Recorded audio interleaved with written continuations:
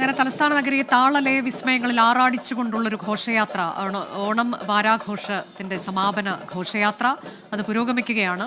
ഏറെ സമയമെടുത്തുകൊണ്ടാണ് ഈ ഘോഷയാത്ര മുന്നോട്ട് നീങ്ങുന്നത്. ഒരു പോയിന്റ് കടക്കാൻ തന്നെ ഏതാണ്ട് 1.5 മണിക്കൂർ വേണ്ടിവരും എന്നുള്ളതാണ്. അത്രയേറെ കലാരൂപങ്ങളും ഒപ്പം കലാകാരന്മാരും ഒക്കെ അണിനിരക്കുന്നുണ്ട്. 1000-ലേറെ കലാകാരന്മാർ, 60-ലേറെ നിശ്ചല ദൃശ്യങ്ങൾ, അതെല്ലാമായാണ് വെള്ളയമ്പലത്ത് നിന്ന് തുടങ്ങി കിഴക്കേക്കോട്ടയിൽ അവസാനിക്കുന്ന തരത്തിൽ ഈ ഘോഷയാത്ര ക്രമീകരിച്ചിട്ടുള്ളത്. അതിൽ സന്ദേശങ്ങൾ നൽകുന്ന നിശ്ചല ദൃശ്യങ്ങളൊക്കെ കാണാൻ കഴിയുന്നുണ്ട്. സർക്കാരിൻ്റെ നേട്ടങ്ങൾ എടുത്തു പറയുന്നതും മറ്റ് സന്ദേശങ്ങൾ നൽകുന്നതുമായ ഗ്രീൻ പ്രോട്ടോകോൾ പാലിച്ചുകൊണ്ടുള്ള ഘോഷയാത്ര അതാണ് ഇക്കുറിയും നടത്തുന്നത്. ഞങ്ങളുടെ പ്രതിനിധികൾ തത്സമയം വിശദാംശങ്ങളുമായുണ്ട്. ഇനി പോകുന്നത് റിനു ശ്രീധറിലേക്കാണ്. റിനു ഉള്ളതൊരു VIP പവലിയന് മുന്നിലാണ് എന്നാണ് ഞാൻ മനസ്സിലാക്കുന്നത്. അത് കലാരൂപങ്ങളൊക്കെ അവിടെ അവതരിപ്പിക്കപ്പെടും എന്ന് കരുതുന്നു. എവിടെയാണ് ഈ പവലിയൻ സജ്ജീകരിച്ചിട്ടുള്ളത്? കൂടുതൽ വിവരങ്ങൾ എങ്ങനെയാണ്?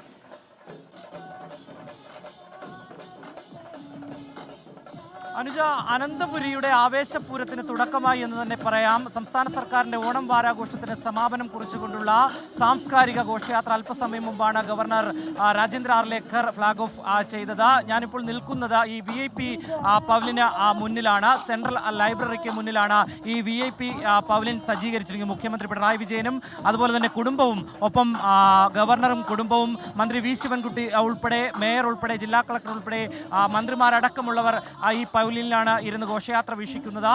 നമുക്കറിയാം, ഏകദേശം 91 ദൃശ്യ ശ്രവ്യ കലാരൂപങ്ങളാണ് ഇതുവഴി കടന്നു പോവുക. ഏകദേശം 3 മണിക്കൂറോളം തിരുവനന്തപുരം നഗരം സ്തംഭിക്കും എന്ന് തന്നെ നമുക്ക് പറയേണ്ടി വരും. പ്രത്യേക ക്രമീകരണങ്ങൾ അതിനുവേണ്ടി ഏർപ്പെടുത്തിയിട്ടുണ്ട് സംസ്ഥാന സർക്കാർ. ഗതാഗത നിയന്ത്രണം ഉൾപ്പെടെ ഈ പ്രദേശത്ത് അതിനുവേണ്ടിയിട്ടുള്ള സജ്ജീകരണങ്ങളും ഒരുക്കിയിട്ടുണ്ട്. വിവിധ വകുപ്പുകളുടെ 59 ഫ്ലോട്ടുകളും 91 കലാരൂപങ്ങളും 51 പ്രാദേശിക കലാസംഘങ്ങൾ, കരസേനയുടെ ബാൻഡ്, സ്കേറ്റിംഗ് തുടങ്ങിയ ഘോഷയാത്രയുടെ ഭാഗമാകും എന്നുള്ളതാണ് ഏറ്റവും പ്രധാനപ്പെട്ട ഒരു കാര്യം.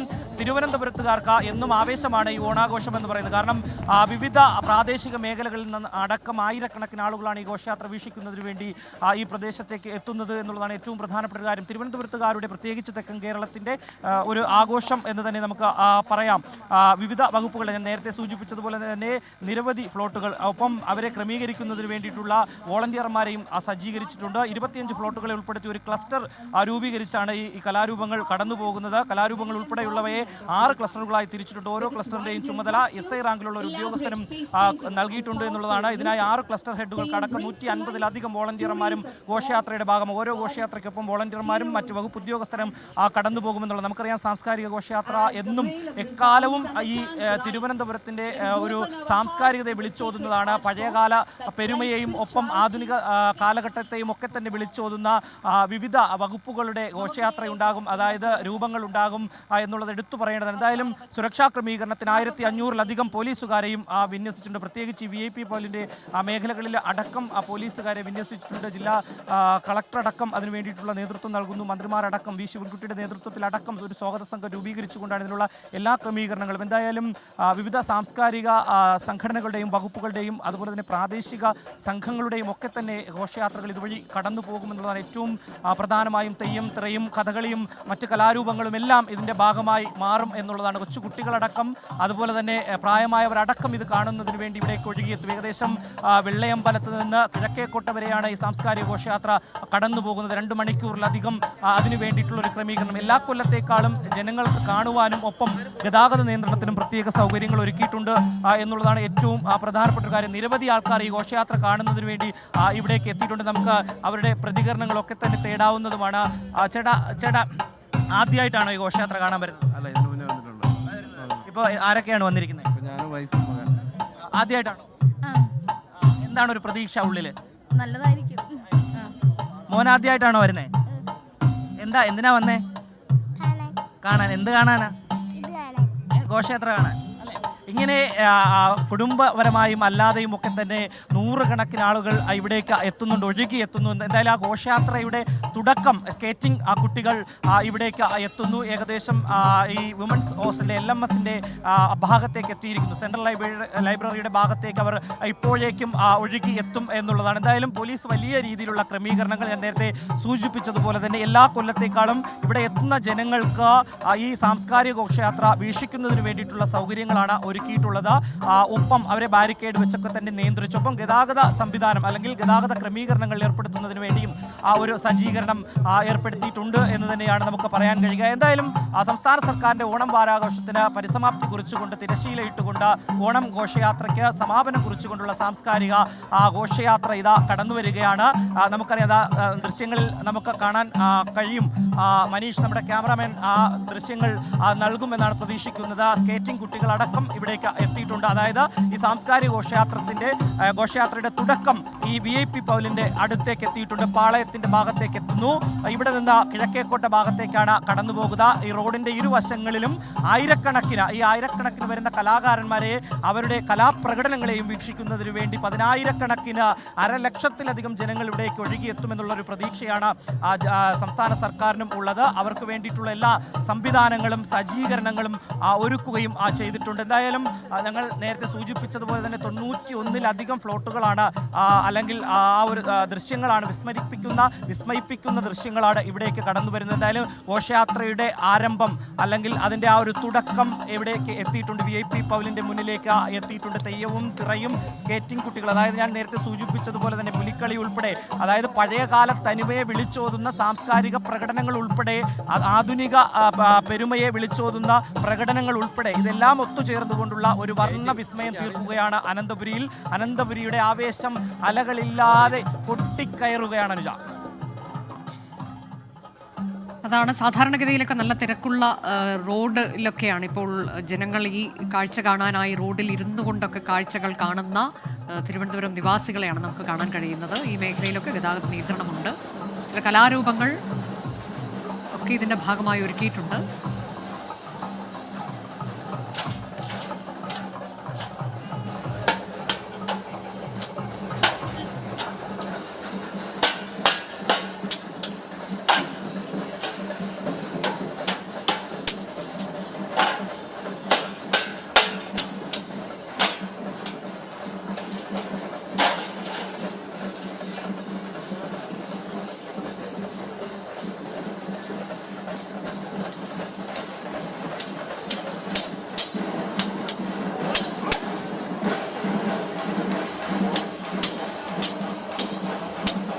കേരളത്തിൻ്റെ ആയോധന കലാരൂപമായ കളരിപ്പയറ്റ് ഉൾപ്പെടെയുള്ളതിനെ ഇപ്പോൾ ഈ വേദിയിൽ നമുക്ക് കാണാൻ കഴിയുന്നുണ്ട്. ചില പ്രത്യേകമായി ക്രമീകരിച്ചിട്ടുള്ള വേദികൾക്ക് പവലിയന് മുന്നിൽ അവതരിപ്പിക്കുക എന്നതാണ്. ആ തരത്തിലേക്കാണ് സമയമെടുത്തുകൊണ്ട് തന്നെ ഘോഷയാത്ര മുന്നോട്ട് നീങ്ങുമ്പോൾ ചില പോയിന്റുകളിൽ മാത്രം ഇതിനുള്ള സൗകര്യം ഒരുക്കിയിട്ടുണ്ട്. ജനങ്ങൾക്കിത് കാണുന്നതിനും ഒക്കെയുള്ള സൗകര്യം. ഷഫീദ് റാവുത്തർ തുടരുന്നുണ്ട്. ഷഫീദ്, അങ്ങനെ ഇത് വളരെ സമയമെടുത്തുകൊണ്ടാണ് ഈ ഘോഷയാത്ര മുന്നോട്ട് പോകുന്നത്. വെള്ളയമ്പലത്തിൽ നിന്ന് തുടങ്ങി കിഴക്കേക്കോട്ടയിൽ അവസാനിക്കുന്നതിൽ ഒരു പോയിന്റ് കടക്കുന്നത് തന്നെ ഏതാണ്ട് 1.5 മണിക്കൂർ വരും. ഇപ്പോൾ പാളയത്തിന് സമീപത്തേക്ക് എത്തിയിട്ടുണ്ട് ഘോഷയാത്ര എന്നാണ് നേരത്തെ റിനു ശ്രീധർ അറിയിച്ചത്.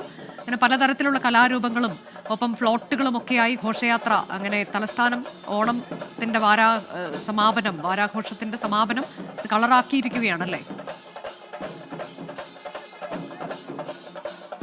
ഉറപ്പായിട്ടും. കാരണം തിരുവനന്തപുരം നിവാസികളെ സംബന്ധിച്ചിടത്തോളം ഒരു വർഷത്തെ കാത്തിരിപ്പാണിത്. കാരണം ഒന്ന്, ഈ ഓണം വാരാഘോഷവുമായി ബന്ധപ്പെട്ട് ഒരാഴ്ചക്കാലം നീണ്ടു നിൽക്കുന്ന പരിപാടികൾ, ഇവിടുത്തെ ലൈറ്റ് വിന്യാസങ്ങൾ, ഇതിനൊക്കെ അപ്പുറത്തേക്ക് ഈ അവസാന ദിവസം ഒരു കുട്ടിക്കലാശം എന്നോണം ഇവിടെ നടക്കുന്നതായി ഈ ഘോഷയാത്ര കാണാൻ വേണ്ടി കാത്തിരിക്കുന്ന ഒരുപാട് ആളുകളുണ്ട്. അതിൻ്റെ ഒരു ഫാൻ ബേസ് കാര്യമായിട്ടുണ്ട്. പ്രത്യേകിച്ച് ഓരോ വർഷവും പുതിയ അപ്ഡേഷനുകൾ അതുമായി ബന്ധപ്പെട്ട് വരാറുണ്ട്. പുതിയ കലാരൂപങ്ങളെ ഉൾപ്പെടുത്താറുണ്ട്. ഇത്തവണ സംസ്ഥാനത്തിന് പുറത്ത് നിന്ന് നാടൻ കലാരൂപങ്ങൾ മറ്റു പല സംസ്ഥാനങ്ങളിലുമുള്ള നാടൻ കലാരൂപങ്ങളെ അടക്കം ഉൾപ്പെടുത്തിയിട്ടുണ്ട്. അങ്ങനെ വളരെ വിപുലമായിട്ടുള്ള വളരെ വർണ്ണശബളമായിട്ടുള്ള പരിപാടികൾ അത് തിരുവനന്തപുരം നഗരത്തിൽ നടക്കുകയാണ്. കുറച്ചുകൂടി കഴിയുമ്പോൾ രാത്രിയാകുമ്പോൾ മറ്റൊരു തരത്തിലേക്കുള്ള ഒരു വിന്യാസമായി ഇത് മാറുകയും ചെയ്യും. ഇപ്പോൾ മാനവീയം വീഥിയിൽ നിന്ന് ആരംഭിച്ച ഘോഷയാത്രയുടെ തുടക്കം പാളയം പിന്നിട്ടിരിക്കുന്നു.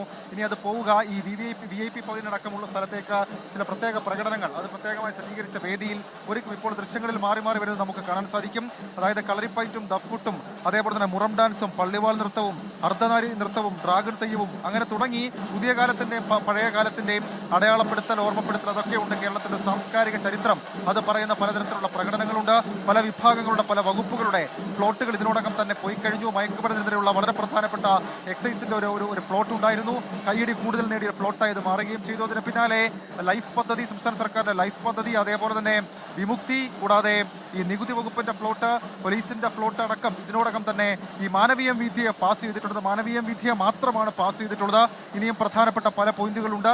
അതൊക്കെ കടന്ന് ഇങ്ങനെ പോകുന്നത് നമുക്ക് ദൃശ്യങ്ങളിൽ കാണാൻ സാധിക്കും. വഴിയരികിൽ ഇരുവശത്തുമായി കാത്തു നിൽക്കുന്ന ആളുകളെ കാണാൻ സാധിക്കും. അവർ തിരുവനന്തപുരത്തുകാർ മാത്രമല്ല, ജില്ലയുടെ പുറത്തു നിന്ന് വന്നവരുണ്ട്, ഈ വടക്കൻ കേരളത്തിൽ നിന്നടക്കം വന്ന ആളുകളുണ്ട്. ആ രീതിയിൽ വളരെ കാഴ്ചയ്ക്ക് വളരെ ഭംഗിയുള്ള കാഴ്ചയായി മാറിക്കൊണ്ട് തിരുവനന്തപുരം നഗരത്തിലെ സംസ്ഥാന സർക്കാരിന്റെ ഓണം വാരാഘോഷവുമായി ബന്ധപ്പെട്ട ഘോഷയാത്ര പുരോഗമിക്കുകയാണ്. ഇപ്പോൾ നമുക്കറിയാം, ഏതെങ്കിലും തരത്തിൽ സാംസ്കാരിക ചരിത്രം എന്നതിനപ്പുറത്തേക്ക് നമ്മളുടെ ആത്മീയ ബോധത്തെ, ആത്മീയ ചരിത്രത്തെ അടക്കം ഉൾപ്പെടുത്തുന്ന പലതരത്തിലുള്ള നമ്മളുടെ മതപരമായിട്ടുള്ള പാരമ്പര്യത്തെ അടക്കം അടയാളപ്പെടുത്തുന്ന പലതരത്തിലുള്ള പ്ലോട്ടുകൾ, പലതരത്തിലുള്ള കലാപ്രകടനങ്ങൾ അതൊക്കെ ഇങ്ങനെ കടന്നു പോകുന്നത് നമുക്ക് കാണാം. ഏറ്റവും ഒടുവിൽ ഈ തമിഴ്നാട്ടിൽ നിന്നുള്ള കരകാട്ടം അടക്കമുള്ള കാര്യങ്ങളുണ്ട്. ഈ മറ്റ് സംസ്ഥാനങ്ങളെ കുറിച്ച് പറയുമ്പോൾ ജാർഖണ്ഡിൽ നിന്നുള്ള ജുമർ ഡാൻസ്, ഉത്തർപ്രദേശിൽ നിന്നുള്ള അവധി ഹൗളി എന്ന നൃത്തരൂപം, മധ്യപ്രദേശിൽ നിന്നുള്ള സൈലരണ ഡാൻസ്, മഹാരാഷ്ട്രയിൽ നിന്നുള്ള ലാവടി ഡാൻസ്, ആന്ധ്രാപ്രദേശിൽ നിന്നുള്ള ഗരകാളു, തെലങ്കാനയിൽ നിന്നുള്ള ദിംഷ, തമിഴ്നാട്ടിൽ നിന്നുള്ള കരകാട്ടമടക്കം അങ്ങനെ ഈ മറ്റു സംസ്ഥാനങ്ങളുടെ അവരുടെ ഒരു നാടൻ തനിമയടക്കം വിളിച്ചോതുന്ന, അവരുടെ സംസ്കാരത്തെ വിളിച്ചോതുന്ന, നമ്മളുടെ അയൽ സംസ്ഥാനങ്ങളുടെ സംസ്കാരത്തെ അടക്കം വിളിച്ചോതുന്ന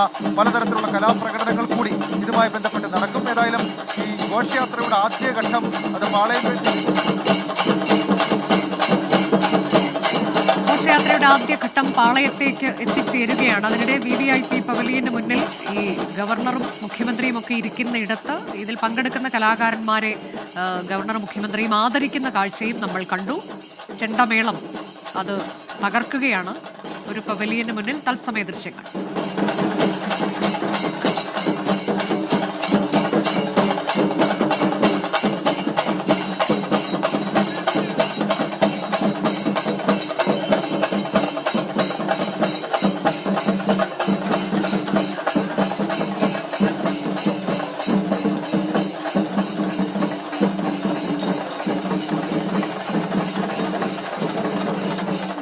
ലോകത്തെവിടെയായാലും ഏത് സമയത്തും 24 വാർത്തകളും ഓഗ്മെന്റഡ് റിയാലിറ്റി പാക്കേജുകളും എക്സ്പ്ലെയിനറുകളും വിശദമായി കാണാൻ ഞങ്ങളുടെ യൂട്യൂബ് ചാനൽ നിങ്ങൾക്ക് സബ്സ്ക്രൈബ് ചെയ്യാം.